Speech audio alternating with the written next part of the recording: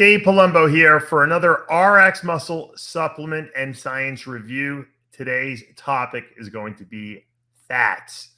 That's right. A lot of people don't know very much about fats. They think that when they hear the word fat, they think about stored body fat. That stuff that obscures, muscle definition. And what I'm talking about is dietary fat. I want to educate you today about the different types of dietary fat that you can consume in your diet and take through supplements, and talk about the good stuff, the bad stuff, and the stuff that maybe you don't know too much about. So this is a topic that I talk about in great detail in my Secrets to Becoming a Diet Guru course. And if you like what you're watching here today and you want to hear more about it and educate yourself more about nutrition and supplementation and all those great things, you can sign up for the Secrets to Becoming a Diet Guru course when I hold it. And I usually advertise it on my davepalumbo.com website. That's a 9-hour class. This is going to be a little just kind of like mini tutorial on what I believe are the importances of fat in your diet. Now, they basically break down fats into saturated fats and unsaturated fats, which by all accounts is usually animal versus plant fats, but not necessarily so, because there are some plant fats that are considered saturated, like coconut oil and palm kernel oil. These are kind of unique saturated fats in that they're short and medium chain fats, and they don't quite get digested the same way that a long chain fat, which would be what most of the fats that we're going to be talking about are all about, long chain fats. So short chain fats kind of enter the cell membrane, go into the mitochondria without any need for a carrier molecule. So they get used as fuel really easily.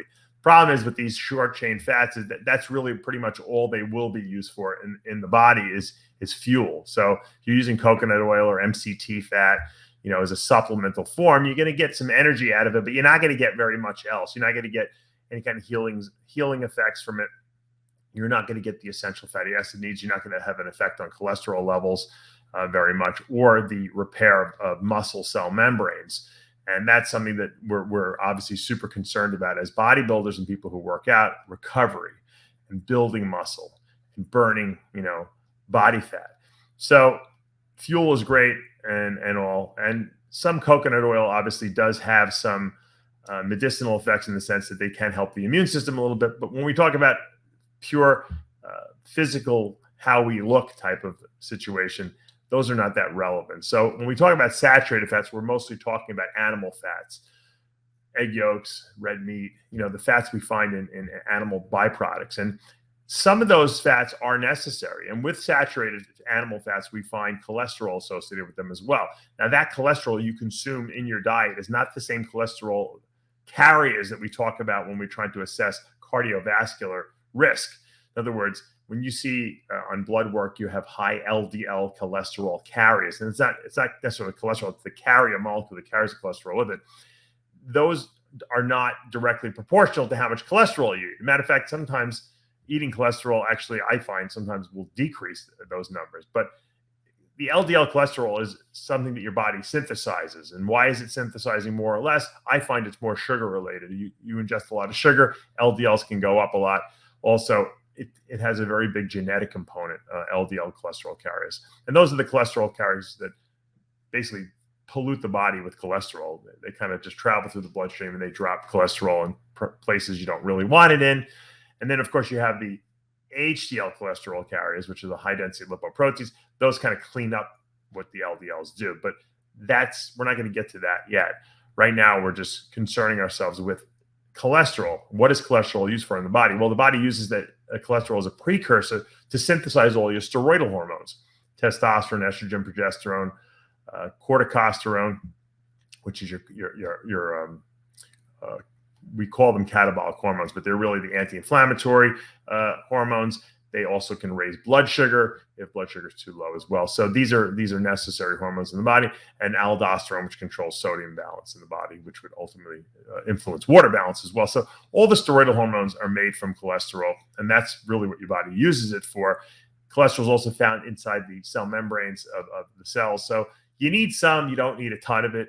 So that's why I do like to ingest some animal fat. I like to get it mostly from egg yolks personally. I think it's a really easily digestible form of fats, and I just find that it's a better, healthier form of fat as opposed to eating tons and tons of red meat, which is not bad necessarily, but you don't want to eat excessive amounts of it. I use omega-3 eggs from the supermarket, and those are eggs those are chickens are fed flaxseed instead of corn. It enhances their omega-3 content, but it doesn't change the amount of saturated fat in the egg yolk. So you're still getting the good saturated fats in there, as well as more omega-3 fats. It's going to reduce some of the omega-6 pro-inflammatory fats, which we'll talk about in a minute.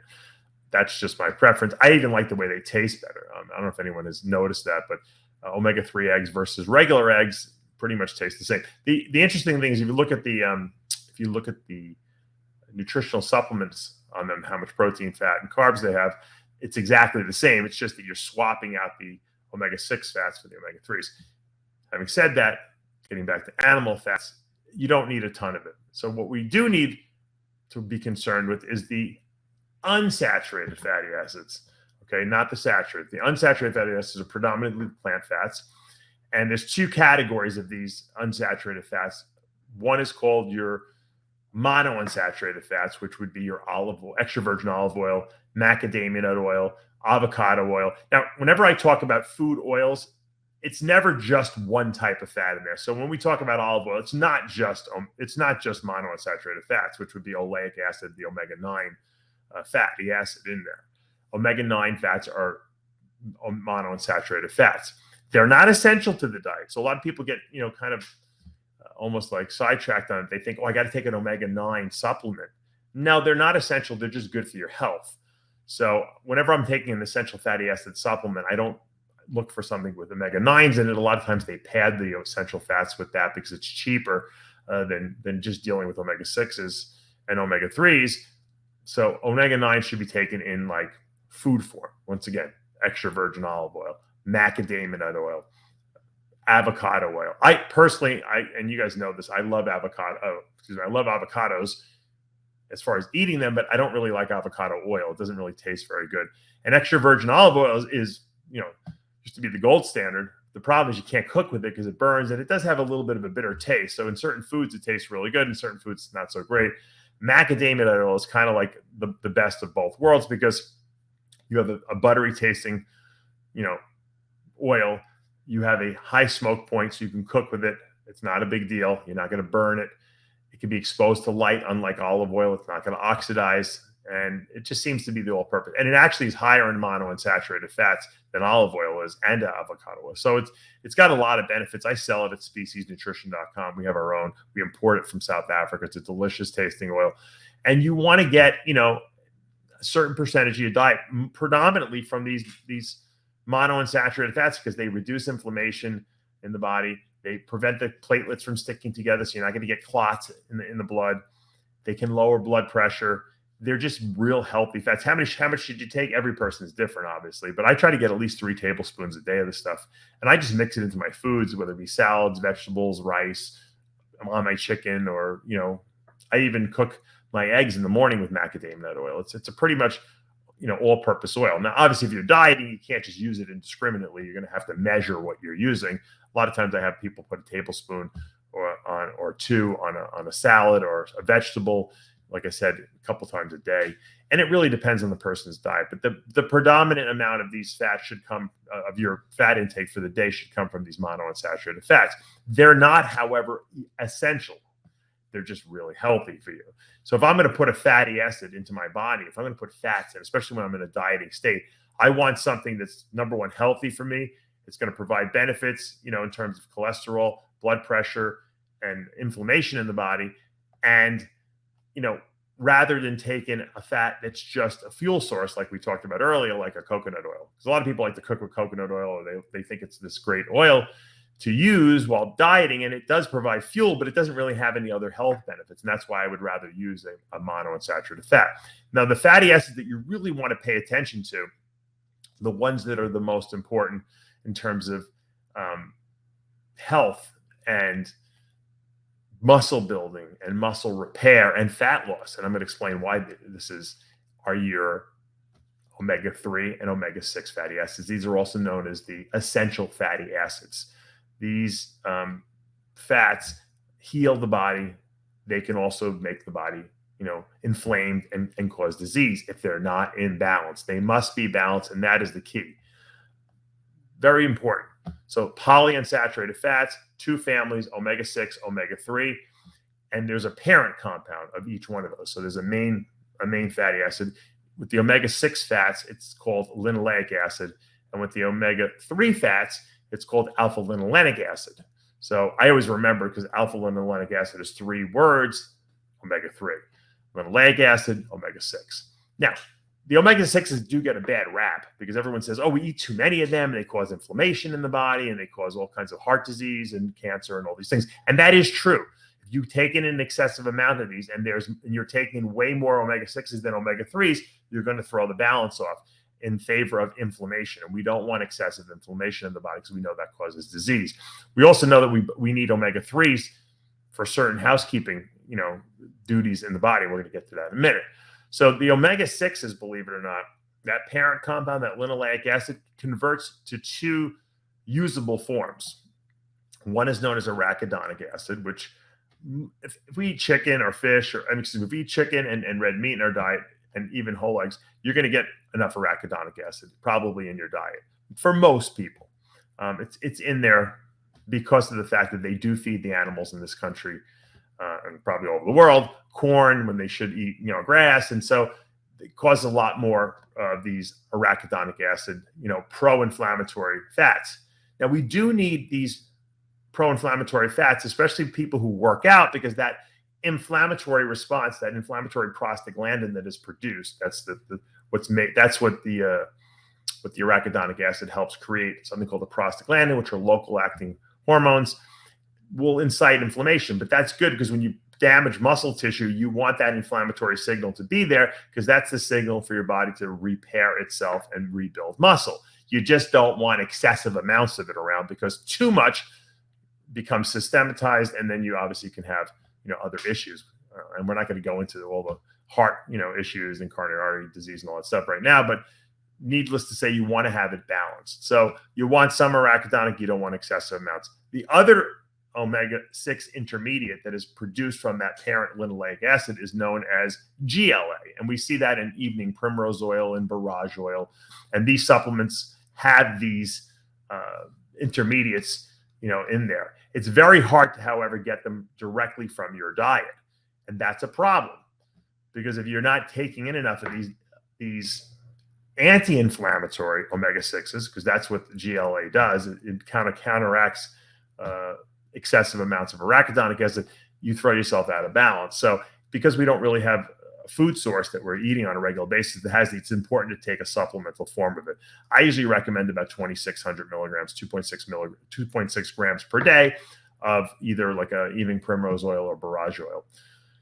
Now I have a product called Omega-Lyze. We put 2.6 milligrams, 2,600 milligrams, per day in each serving of Omega-Lyze. And we obviously balance that with the omega-3 fat, which we're going to talk about in a minute. So on the omega-3 family side, that's the alpha-linolenic acid is the parent compound.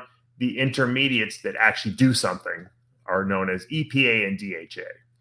Now, the problem with producing these intermediates is that if you take in a supplemental form of omega-3 fats, like say flaxseed oil, that has a lot of alpha-linolenic acid in it, humans, us people, don't convert it to active form. We only convert 10% of it. So we're very inefficient converters of the omega-3 parent compound, alpha-linolenic acid, into usable form EPA, DHA. And that's a problem. So if you could be taking a lot of omega-3 fats in the form of flaxseed, which was a big, that's what they used to advocate back, 15 years ago, yet you're still going to be deficient in usable omega-3 fats because you can't convert it to this DHA EPA. However, if you take animal sources of omega-3 fats like fish oil, krill oil, some of the marine algae will have these intermediates already in them because what's happening is the fish convert it. So salmon eat algae, they take the algae, they convert it to EPA, DHA, you eat the fish now or the fish oil, and you get those fatty acids already in usable form. Same thing with grass-fed beef. If you have true grass-fed beef, the cows are eating the grass, they're converting the grass into EPA, DHA, you're eating the cows, and you're getting a direct source of that. Believe it or not, grass-fed beef is higher in omega-3 fat, these intermediates, than even wild-caught salmon is, which is kind of crazy when you think about it. The reason why, they say red meat is so bad for you is because the cows in this country, at least, they only get fed corn and grain, so they're eating the wrong food sources, so they're not producing these EPA, DHA because they're not getting to eat enough grass, and so kind of skews the food that we're eating and kind of makes it less healthy. So we have to know this, and we have to do something about it. You need about 3 to 6 grams per day of fish oil to kind of balance the omega-6s. If you take a supplemental form of it and then you eat some healthy, eat some omega-3 eggs or some kind of salmon or some kind of, like I said, grass-fed beef, you should have enough of it. So in my Omega-Lyze formula, going back to my essential fatty acid supplement, we put 3 grams per day of fish oil. That's 3,000 milligrams, balanced with the 2,600 milligrams of evening primrose oil. So we have our 3s and we have our 6s in the right balance. And that ensures, it's kind of like an insurance policy, if you take this every day, that you're getting your essential fats. Now, why do you want these essential fats? Well, if you don't consume enough of these every single day, the body, number one, senses it's in a fat-deprived state. So if you're trying to contest diet or lose body fat, and your body thinks it's in a fat-deprived state, even though calorically you might be, low, and you might be burning fat, your body's going to hoard fat in certain areas. Especially in women, they'll hoard it in their glutes, hamstring, inner thigh area. Men usually around the waist. So if you're having trouble with those, if you have trouble areas of losing fat, it could be that you're not taking enough essential fats, and your body's fighting your propensity to want to burn fat, and it's hoarding fat in those areas. So I find that when you provide an essential fatty acid to someone in that situation, their body now is much more likely to release that stored body fat. So you never want your body to think it's in a deprived state. Also, we know that we need to eat a lot of protein to repair muscle cells. After working out, you damage these muscle cells. They need to grow back bigger, stronger. You need protein. That's the building blocks, right, of muscle. But surrounding every muscle cell is a fatty cell membrane. And these cell membranes are made up of a lot of essential fatty acids. So if you're not consuming enough of these omega-3s and 6s every day, you're not going to repair and build muscle at an optimal rate. You're going to limit yourself because you're limiting raw materials. It's like not eating enough protein in your diet. So people don't realize this, but fats actually are important to building and repairing muscle. Now, you don't need an enormous amount of it because most of the cell is made up of protein, but you need enough to be able to, once again, repair and replace. And I early in my career, I was eating no fat because that was the old, 80s and early 90s diet. And I just wasn't recovering. I wasn't building muscle. I kind of was just static, and I couldn't figure it out. And then I discovered fats, and I've told the story before about going to McDonald's and eating there like a week straight, and I put on like 10 pounds of muscle because I was basically limiting. I was eating zero fat. I mean, that's how, because I'm militant about when I do things, and we just didn't know. No one knew. And when I put fats back into my diet, even though most of them were not necessarily the right fats, it was like almost like an anabolic, like I got almost like a rebound, like off a show you would get. Like my body just was went into this anabolic state. And then I started studying fats and realizing that there are different types. So you do need some saturated fat, which comes from animal fat. You do need a lot of monounsaturated fats, which are your heart healthy fats. And then you do need your essential fatty acids, which are your omega-3s and omega-6s. Those are your polyunsaturated fats, in the right ratios to balance each other off and make your body feel like it's getting what it needs. Never deprive your body. Just like you never want to deprive your body of protein, you don't want to deprive your body of minerals, vitamins, and trace metals that it uses for all the chemical reactions in your body. And that's another seminar. We could do it another time. And you certainly don't want your body to feel fat deprived, especially if you're trying to build, repair muscle at optimal rates and burn stored body fat. I hope this little seminar on fats was enlightening. If you like it and you want to learn more and hear me go more into detail, sign up for my Secrets to Becoming a Diet Guru course. We should be giving it over the summer again. Hopefully next time we will go over carbohydrates, and then we'll do another seminar like this on protein so that people can kind of get an idea of the information that they should be aware of, and that's going to help them not only build and repair muscle and burn stored body fat, but be healthy for life. I'm Dave Palumbo with an RX Muscle supplement and science review.